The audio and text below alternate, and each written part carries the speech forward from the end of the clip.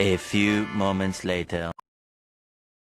Video kali ini saya akan merangkum alur cerita film Land of Mine tahun 2015. Film yang terinspirasi dari kisah nyata ini mengisahkan para tentara muda Nazi yang menjadi tawanan perang untuk Denmark pasca kekalahan Nazi pada Perang Dunia Kedua. Selama menjadi tawanan perang, mereka disuruh untuk menjinakkan puluhan ribu ranjau yang ada di pinggir pantai dengan tangan kosong tanpa bantuan alat seperti metal detektor atau sejenisnya. Bagaimana kelanjutan nasib mereka? Akankah ada yang selamat atau justru mereka semua tewas terkena ledakan ranjau? Langsung saja kita kupas filmnya.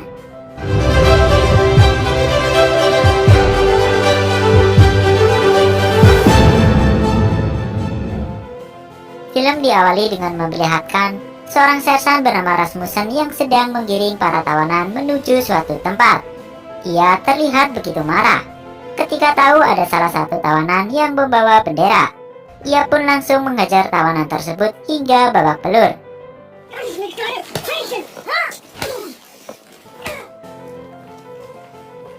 Setelah puas menghajar tawanan, ia menuju ke sebuah pantai yang dipenuhi ranjau. Ia pun mulai menandai tempat-tempat yang terdapat ranjau, dan film pun dimulai.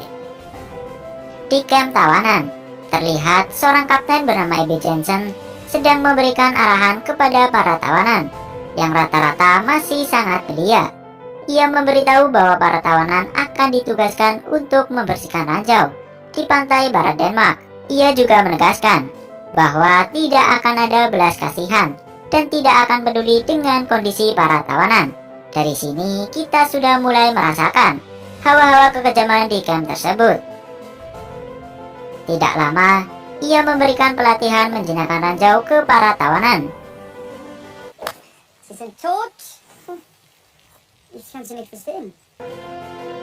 Setelah cukup mendapat pelatihan, para tawanan diminta untuk mempraktekannya dengan menggunakan ranjau sungguhan. Awalnya semua berjalan lancar, para tawanan berhasil mempraktekannya. Namun saat tawanan terakhir mencoba mempraktekannya, tiba-tiba tawanan tersebut tewas seketika akibat terkena ledakan ranjau. Setelah insiden tersebut, mereka dipertemukan dengan Sersan Rasmussen yang akan memimpin sekaligus mengawasi mereka. Mereka pun berkenalan satu persatu dengan Sersan, mulai dari Sebastian, kemudian si kembar Werner dan Lesnar, Ludwig, Helmut, dan yang lainnya. Tidak lama kemudian, mereka semua menuju ke pantai. Di sana, mereka diberitahu tempat-tempat mana saja yang terdapat ranjau. Sersan Rasmussen juga mengatakan bahwa ada 45.000 ranjau di pantai tersebut, dan mereka harus membersihkan semuanya. Mereka dijanjikan boleh pulang ke Jerman jika semua ranjau telah selesai dibersihkan.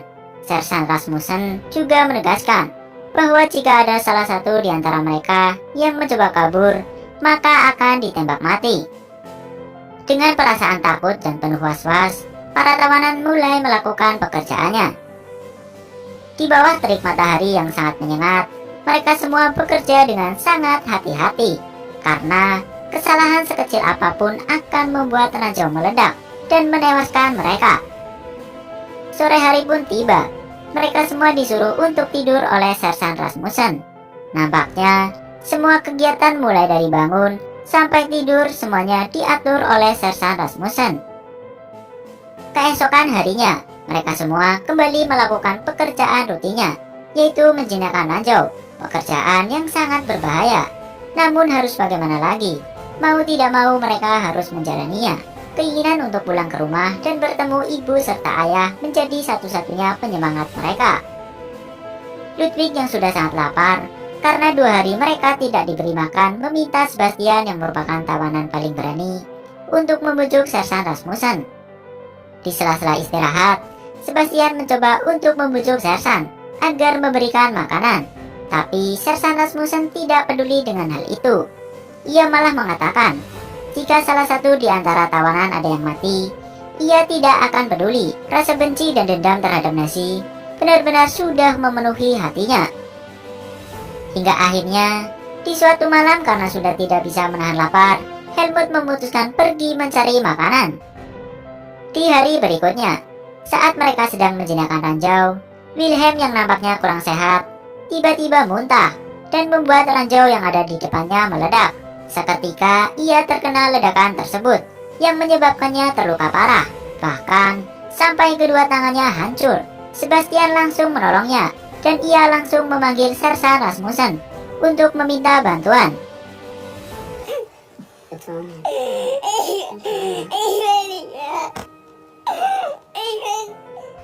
Singkatnya, Wilhelm pun dibawa menuju rumah sakit. Dan diketahui, ternyata penyebab Wilhelm muntah karena ia memakan makanan ternak yang dicuri oleh Helmut kemarin malam. Kejadian tersebut nampaknya mulai membuat Sersan Rasmussen iba. Di suatu pagi, ia pergi menuju markas untuk mengambil makanan dan akan diberikan kepada para tawanan.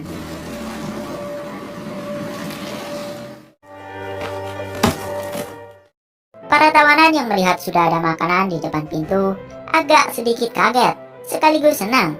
Mereka kemudian membagi makanan tersebut dengan adil. Semua tawanan makan dengan lahap dan tampak sangat menikmatinya. Setelah selesai sarapan, mereka semua kembali harus menjinakkan ranjau. Hampir 1 minggu lewat mereka menjinakkan ranjau. Dan tak terasa, kini sudah cukup banyak ranjau yang berhasil mereka jinakan. Sore hari pun tiba, dan Sersan Rasmussen seperti biasanya menyuruh para tawanan untuk tidur. Dan saat menjelang subuh, terlihat sekelompok tentara Denmark sedang mempermainkan para tawanan. Ludwig salah satunya yang dipermainkan. Ia dikencingi oleh tentara Denmark. Sersan Rasmussen yang mendengar suara berisik dari luar, terbangun dari tidurnya. Ia langsung bergegas menuju sumber suara. Ia begitu kaget ketika melihat Kapten Abby Jensen sedang mempermainkan para tawanan. Ia pun meminta Kapten Abby untuk berhenti karena ia membutuhkan para tawanan tersebut untuk menjinakkan ranjau. Sempat terjadi perdebatan kecil di antara mereka. Dan akhirnya, karena dirasa sudah puas mempermainkan para tawanan, Kapten Abby pun pergi. Saat Sebastian sedang menjinakkan ranjau, ia menemukan bahwa ranjau tersebut ada 2 pemicu yang terhubung ke ranjau lainnya.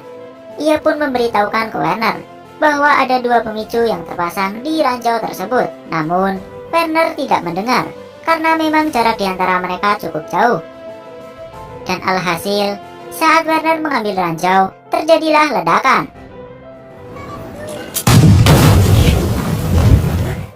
Werner pun tewas seketika dan tubuhnya hancur berkeping-keping tanpa sisa. Lesnar yang merupakan kembarannya benar-benar syok melihat itu. Ia begitu terpukul dan mencari-cari di mana tubuh Werner. Ia mencoba ditenangkan oleh Ludwig. Di sisi lain, Sersan Rasmussen yang mendengar suara tersebut langsung berlari menuju sumber suara. Ia juga begitu syok ketika tahu Werner terkena ledakan ranjau. Lesnar pun dibawa ke penginapan. Ia disuruh istirahat oleh Sersan Rasmussen. Sersan Rasmussen mencoba menenangkan Lesnar yang tampak masih belum percaya bahwa saudara kembarnya telah tewas. Sersan yang awalnya sangat keras dan kejam tidak dapat menahan air matanya. Ia mulai mengalami konflik batin. Di satu sisi, ia tahu bahwa para tawanan tersebut berasal dari Jerman yang telah menjajah tanah airnya. Namun, di sisi lain ia juga merasa kasihan karena tidak seharusnya para tawanan remaja tersebut menderita dan menjadi korban perang. Ia semakin galau ketika tahu bahwa Wilhelm yang dirawat di rumah sakit akibat terkena ledakan ranjau akhirnya mati. Ia pun mengobrol dengan Sebastian perihal si Wilhelm. Ia mengatakan bahwa si Wilhelm sudah tenang di sana dan akan pulang ke rumah lebih awal. Sebastian yang mendengar hal itu hanya terdiam. Tatapan matanya kosong, seakan menggambarkan keadaannya yang begitu tertekan dan tidak memiliki harapan. Setelah insiden kemarin, Sersan Rasmussen meliburkan para tawanan. Mereka diajak bermain bola dan bersenang-senang untuk melupakan insiden kemarin yang menyeramkan. Mereka semua pun bermain sepak bola dan tampak begitu senang.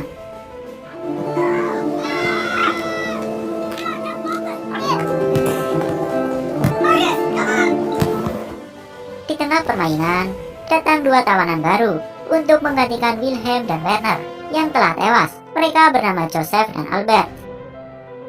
Di sisi lain, Lesnar nampak masih sangat terpukul. Ia memilih menyendiri dan tidak ikut bersenang-senang. Kita kembali lagi ke Sersan dan yang lainnya. Setelah hampir seharian bermain bola, mereka pun kembali ke penginapan. Namun saat sedang berjalan, anjing milik Sersan Rasmussen terkena ranjau dan mati seketika.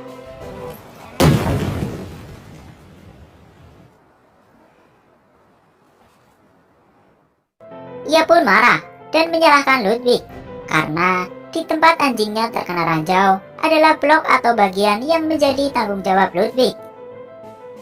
Ia menyuruh Ludwig untuk mengambil bola yang dilemparkannya dengan menggunakan mulut. Bukan hanya sekali, tapi sampai berkali-kali. Bahkan ia meminta Ludwig untuk bertingkah laku seperti anjing.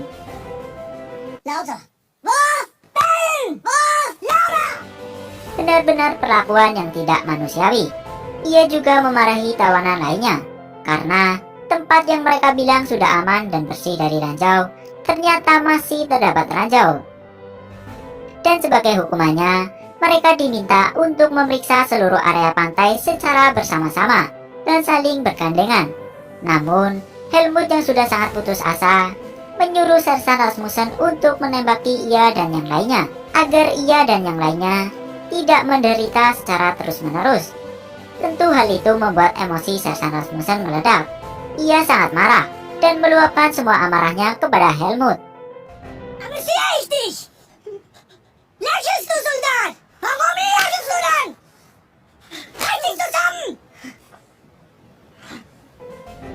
Singkatnya, saat hari masih sangat pagi, terlihat seorang ibu yang sedang meminta tolong kepada para tawanan karena diketahui anak perempuannya berada di sekitar pantai yang masih terdapat ranjau.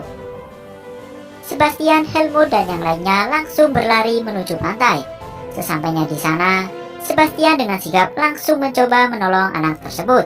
Di saat bersamaan, Lesnar datang dan dengan tanpa rasa takut langsung menghampiri anak tersebut dan menolongnya. Anak tersebut berhasil diselamatkan. Namun, Lesnar yang sudah sangat frustasi dan putus asa setelah kehilangan saudara kembarnya, malah justru berjalan menjauh dari teman-temannya. Akibatnya, ia pun terkena ledakan ranjau dan seketika tewas. Tubuhnya hancur berkeping-keping tanpa sisa. Sebastian yang merupakan tawanan paling berani dan paling kuat pun tak kuasa menahan sedih. Tidak lama, Sersan Rasmussen datang dan mencoba untuk menguatkannya serta meyakinkan Sebastian bahwa semua ini akan segera berakhir dan mereka semua bisa pulang ke rumah. Tidak terasa, hampir 3 bulan waktu berjalan. Mereka sudah hampir menyelesaikan tugasnya. Sudah banyak ranjau yang berhasil mereka jinakan. Terlihat Joseph, Albert, dan yang lainnya sedang memindahkan ranjau tersebut ke sebuah mobil. Namun tiba-tiba terjadi ledakan yang begitu besar. Ledakan tersebut sampai terdengar ke Sersan Rasmussen, Sebastian, Ludwig, dan Helmut yang sedang ada di pantai. Mereka pun langsung berlari menuju ledakan tersebut. Dan betapa terpukulnya mereka ketika tahu bahwa semuanya telah tewas dan tidak menyisakan apapun.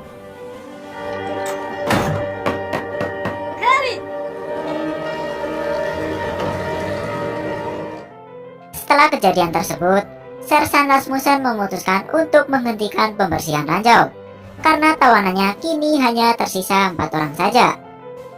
Sebastian, Ludwig, Helmut, dan Rodolf akhirnya diizinkan untuk pulang ke negara asalnya. Namun, Kapten Ebi yang tahu akan hal itu langsung mencegahnya. Ia mengatakan ke Sersan Rasmussen bahwa para tawanan tersebut tidak akan dipulangkan. Mereka hanya akan dipindahkan menuju pantai lainnya yang juga terdapat ranjau. Mendengar hal itu, Sersan Rasmussen memohon kepada Kapten Ebi untuk memulangkan saja mereka. Namun, Kapten Ebi menolak dan tetap kekeh dengan pendiriannya.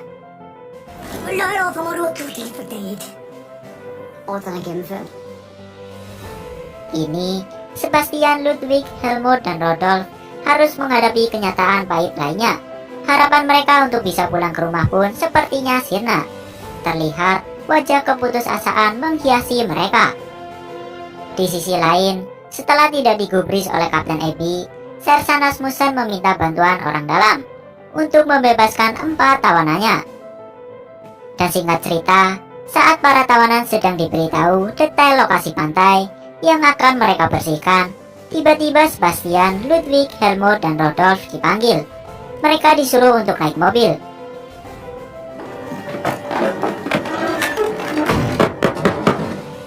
Mereka pun dibawa pergi, dan di tengah perjalanan, mereka diberhentikan oleh Sersan Rasmussen.